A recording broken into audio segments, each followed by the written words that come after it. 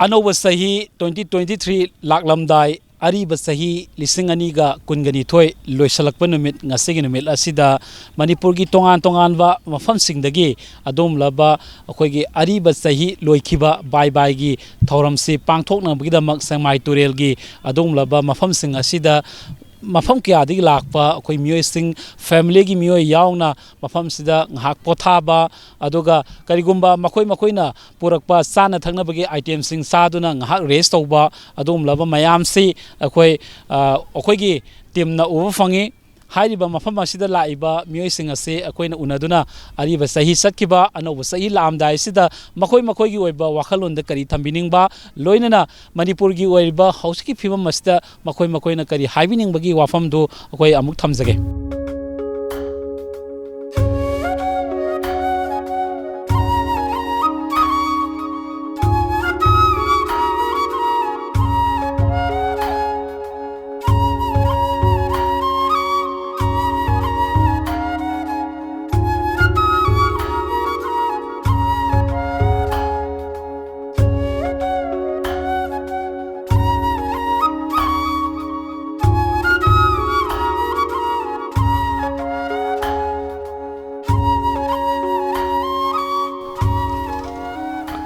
अरीब चाही 2022 ना चटकिबसी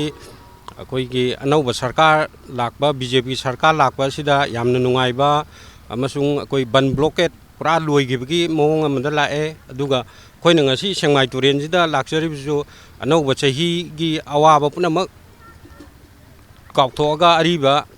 चाहीना पुबीग्रसनु अनौब चाही लाकबा सिदा अनौबा वाखन नुंगाइबा लेबाकी इंगबा तप्पा यामना नुंगाइना शांति लेना अखोयगी खुंदामिनेबा इचिन इनाव चिंगमी तमी मैतै पांगन पुनमक यामना नुंसी चानाना अनौब चाही लाकपासिदा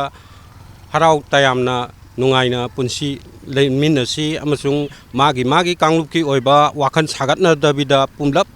मणिपुर इमागी दमकता पुना सागतमिनसी हाइदुना मयामदा थमजगे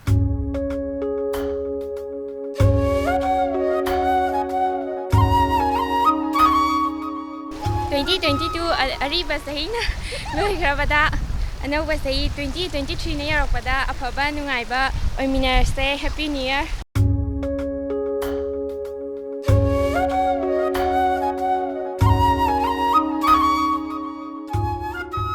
अनौबा सही लाकपसिदा मणिपुर की मयामदा अइनो हजे हाइगिबदो इंगना चिंगना अखोयगी शांति ओइनाको अदुगा अनाय मता यावदना दगी अवाना तादना नुंगाइना लोइ लेहनिंगे ngasi nga thongba mane kubi sak amane ironba mane sare yaw hawge sibo aidi kubi sak ne yaw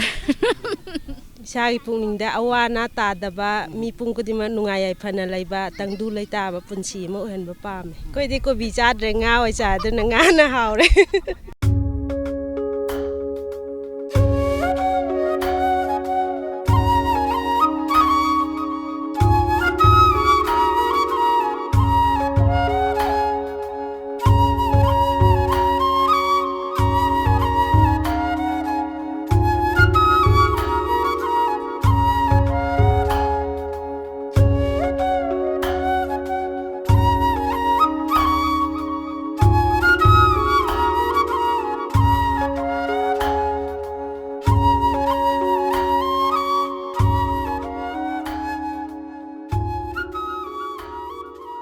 अखोई 2022 जिदा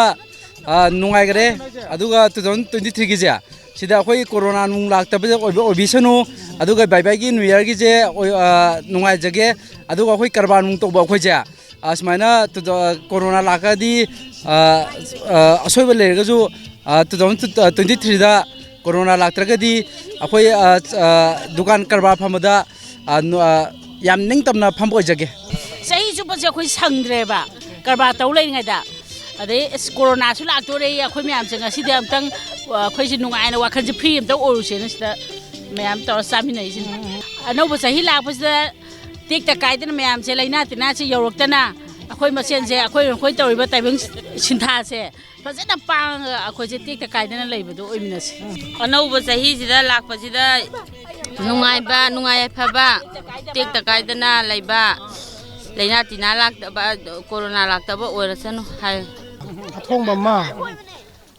ꯌꯣꯡꯆꯥꯛ ꯏꯔꯣꯝꯕ ꯑꯃ ꯑꯗꯨꯒ ꯁꯤꯡꯖꯨ ꯑꯃ ꯌꯥꯎꯔꯦ ꯁꯂꯥꯗ ꯇꯥꯏꯞꯇ ꯌꯥꯎꯔꯦ ꯀꯂꯦꯖꯥ ꯌꯣꯡꯆꯥꯛ ꯎꯃꯣꯔꯣꯛ ꯃꯦꯠꯄ ꯃꯇꯝꯒꯤ ꯌꯣꯡꯆꯥꯛ ꯃꯌꯥꯝ ꯅꯨꯡꯁꯤ ꯆꯥꯟꯅꯅ ꯂꯩꯃꯤꯟꯅꯕ ꯑꯩꯈꯣꯏꯒꯤ ꯑꯋꯥꯠ ꯑꯄꯥ ꯃꯌꯥꯝ ꯍꯪꯗꯣꯛ ꯍꯪꯖꯤꯟ ꯇꯧꯔꯒ ꯄꯨꯛꯅꯤꯡꯗ ꯅꯨꯡꯉꯥꯏꯇꯕ ꯑꯩꯈꯣꯏꯒꯤ ꯀꯩ ꯍꯥꯏꯅꯤ ꯐꯠꯇꯕ ꯋꯥꯈꯜ ꯂꯩꯇꯕ ꯑꯐꯕ ꯃꯌꯥꯝꯒꯤꯗꯃꯛ ꯑꯐꯕ ꯑꯣꯏꯅꯕ ꯆꯍꯤ ꯑꯃ ꯑꯣꯏꯁꯤ ꯄꯨꯟꯅ ꯍꯤꯡꯃꯤꯟꯅꯁꯤ ꯍꯥꯏꯕ ꯋꯥꯈꯜꯁꯤꯡꯁꯦ ꯊꯝꯖꯅꯤꯡꯉꯤ ꯑꯔꯤꯕꯁꯤꯗ ꯑꯩꯅ ꯍꯥꯏꯗꯣꯏꯁꯦ ꯐꯠꯇꯕ ꯄꯨꯝꯅꯃꯛ ꯕꯥꯏ ꯕꯥꯏ ꯉꯁꯤ ꯍꯥꯏꯕ ꯅꯨꯃꯤꯠꯁꯤꯗꯒꯤ ꯂꯣꯏꯅꯃꯛ ꯂꯩꯍꯧꯔꯕ ꯑꯗꯨꯒ ꯂꯥꯛꯀꯗꯧꯔꯤꯕ ꯑꯅꯧꯕ ꯅ꯭ꯌꯨ ꯏꯌꯔ 2023 ꯑꯁꯤꯗ ꯃꯌꯥꯝ ꯄꯨꯝꯅꯃꯛꯄꯨ ꯀꯩ ꯍꯥꯏꯅꯤ ꯑꯩꯅ ꯍꯦꯄꯤ ꯅ꯭ꯌꯨ ꯏꯌꯔ ꯀꯣ ꯁꯤ ꯍꯥꯏꯖꯒꯦ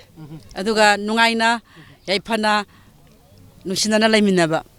ꯁꯤ ꯍꯥꯏꯔꯒ ꯂꯣꯏꯁꯤꯟꯖꯔꯒꯦ ꯈ꯭ꯋꯥꯏ ꯍꯥꯎꯕꯁꯦ ꯑꯩꯈꯣꯏꯒꯤ ꯏꯌꯥꯝꯕ ꯗꯥꯁꯣꯃꯣꯔꯖꯤꯠꯅꯀꯣ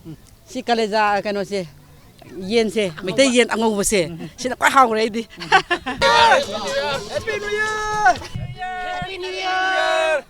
ꯑꯔꯤꯕ ꯆꯍꯤ ꯆꯠꯂꯝꯗꯥꯏ ꯑꯅꯧꯕ ꯆꯍꯤ ꯂꯥꯛꯑꯝꯗꯥꯏ ꯑꯁꯤꯗ ꯁꯦꯛꯃꯥꯏꯒꯤ ꯇꯣꯉꯥꯟ ꯇꯣꯉꯥꯟꯕ ꯃꯐꯝꯁꯤꯡꯗ ꯃꯅꯤꯄꯨꯔꯒꯤ ꯃꯐꯝ ꯀꯌꯥꯗꯒꯤ ꯂꯥꯛꯄ ꯃꯤꯑꯣꯏꯁꯤꯡꯅ ꯕꯥꯏ ꯕꯥꯏꯒꯤ ꯌꯥꯝꯅ ꯅꯨꯡꯉꯥꯏꯔꯕ ꯊꯧꯔꯝꯁꯤꯡ ꯄꯥꯡꯊꯣꯛꯄ ꯂꯣꯏꯅꯅ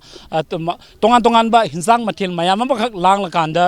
ꯃꯐꯝꯁꯤꯗ ꯆꯥꯕ ꯅꯨꯡꯉꯥꯏꯕ ꯑꯗꯒꯤ ꯄꯣꯊꯥꯕ ꯑꯗꯨꯒ ꯑꯅꯧꯕ ꯆꯍꯤ ꯂꯥꯛꯄ ꯑꯁꯤꯗ ꯃꯅꯤꯄꯨꯔꯗ ꯁꯥꯟꯇꯤ ꯂꯩꯕ ꯏꯪꯅ ꯆꯤꯡꯅ ꯂꯩꯕ ꯑꯩꯈꯣꯏ ꯃꯁꯦꯟꯒꯤ ꯃꯔꯛꯇ ꯍꯦꯟꯅ ꯅꯨꯡꯁꯤꯅꯕ ꯄꯣꯔꯛꯄ ꯑꯗꯨꯒꯨꯝꯂꯕ ꯇꯝꯊꯤꯔꯕ ꯀꯣꯔꯣꯅꯥ ꯚꯥꯏꯔꯁꯀꯤ ꯑꯩꯈꯣꯏꯒꯤ ꯂꯩꯅꯥ ꯂꯥꯏꯆꯠ ꯑꯁꯤ ꯂꯥꯛꯄꯤꯗꯕ ꯑꯣꯏꯁꯅꯨ ꯍꯥꯏꯕꯒꯤ ꯋꯥꯐꯝ ꯃꯌꯥꯝ ꯑꯃꯈꯛ ꯊꯝꯂꯛꯏ ꯃꯔꯝ ꯑꯁꯤꯅ ꯑꯩꯈꯣꯏ ꯃꯃꯥꯡ ꯆꯍꯤꯒ ꯌꯦꯡꯅꯔꯨꯕ ꯃꯇꯝꯗ ꯃꯐꯝꯁꯤꯗ ꯕꯥꯏ ꯕꯥꯏ ꯂꯥꯛꯄꯒꯤ ꯆꯥꯡꯗꯤ ꯈꯔ ꯃꯈꯩ ꯍꯟꯊꯕꯒꯤ ꯃꯑꯣꯡ ꯂꯩ ꯃꯔꯝꯗꯤ ꯃꯐꯝꯁꯤꯗ ꯑꯩꯈꯣꯏ ꯑꯊꯤꯡꯕ ꯈꯔ ꯃꯈꯩ ꯂꯩꯕꯒꯤ ꯑꯗꯨꯝꯕ ꯂꯩꯕꯅ ꯀꯥ ꯍꯦꯟꯅ ꯄꯥꯝꯗꯕ ꯊꯧꯗꯣꯛ ꯑꯗꯨꯒ ꯀꯥ ꯍꯦꯟꯅ ꯀꯩꯅꯣ ꯃꯐꯝꯁꯤꯗ ꯂꯥꯛꯄꯒꯤ ꯆꯥꯡ ꯍꯟꯊꯔꯒꯁꯨ ꯂꯥꯛꯏꯕ ꯈꯔꯁꯤ ꯌꯥꯝꯅ ꯅꯨꯡꯉꯥꯏꯅ ꯑꯩꯈꯣꯏꯒꯤ ꯄꯣꯊꯥꯕ ꯑꯗꯨꯒ ꯃꯥꯅ ꯁꯦꯝꯖꯕ ꯆꯥꯛ ꯌꯦꯟꯁꯥꯡ ꯆꯥꯔꯒ ꯔꯦꯁ ꯇꯧꯕꯒꯤ ꯃꯑꯣꯡ ꯎꯕ ꯐꯪꯉꯤ ꯑꯗꯨꯕꯨ ꯃꯃꯥꯡꯒꯤ ꯆꯍꯤꯗꯒꯤ ꯌꯦꯡꯅꯔꯨꯕ ꯃꯇꯝꯗꯗꯤ ꯈꯔ ꯃꯈꯩ ꯍꯟꯊꯕꯒꯤ ꯃꯑꯣꯡ ꯂꯩꯔꯒꯁꯨ ꯌꯥꯝꯅ ꯅꯤꯡꯊꯤꯅ ꯕꯥꯏ ꯕꯥꯏꯒꯤ ꯊꯧꯔꯝ ꯄꯥꯡꯊꯣꯛꯄꯒꯤ ꯃꯑꯣꯡ ꯎꯕ ꯐꯪꯉꯤ ꯍꯌꯦꯡ ꯅ꯭ꯌꯨ ꯏꯌꯔꯅꯤ ꯅ꯭ꯌꯨ ꯏꯌꯔꯗ ꯀꯔꯤ ꯐꯤꯕꯝ ꯂꯩꯔꯤꯕꯒꯦ ꯍꯥꯏꯕꯗꯨꯗꯤ ꯍꯧꯖꯤꯛꯃꯛꯀꯤꯗꯤ ꯍꯥꯏꯕ ꯉꯝꯗ꯭ꯔꯒꯁꯨ ꯉꯁꯤꯒꯤ ꯕꯥꯏ ꯕꯥꯏꯒꯤ ꯊꯧꯔꯝ ꯑꯁꯤ ꯃꯄꯨꯡ ꯐꯥꯅ ꯄꯥꯡꯊꯣꯛꯅꯔꯤ ꯍꯤꯔꯝ ꯑꯁꯤꯒꯤ ꯃꯇꯥꯡꯗ ꯄꯥꯎꯗꯝꯖꯔꯤꯕ ꯀꯦꯃꯦꯔꯥꯃꯦꯟ ꯑꯅꯟꯒ ꯂꯣꯏꯅꯅ ꯅꯕꯀꯨꯃꯥꯔ ꯈꯥꯒꯣꯛꯄꯝ ꯇꯥꯏꯝꯁ ꯑꯣꯐ ꯃꯅꯤꯄꯨꯔ ꯁꯦꯛꯃꯥꯏ ꯇꯨꯔꯦꯟ